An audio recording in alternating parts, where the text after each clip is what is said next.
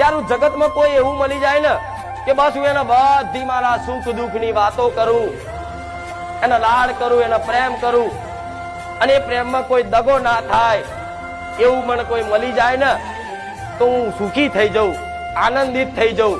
જે તમારા દુઃખની કદર કરે, તમારી વાતને સમજે, એવું જગતમાં એક જ હોય ને તો તમારી કુળની માતા, કે જે તમારા દુઃખનો મજાક કરે.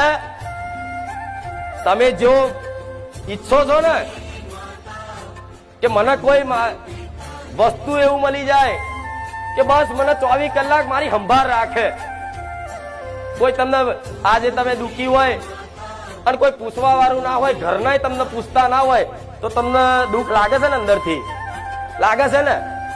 હારું, મને કોઈ પૂછતું નહીં, મારી બાજુ કોઈ જોતું જ નહીં, બધા સ્વાર્થી છે. આવું થાય છે ને કે આટલી મેં પરિવારની સેવા કરી, મારા સાસુ સસરાની સેવા કરી, એનો દીકરો કે મારા મા બાપની મેં સેવા કરી, મારા ભાઈઓને આટલા હાચવ્યા, પણ છતાંય આ દુઃખ પડ્યું ને તો મારી વાત કોઈ સાંભળતું.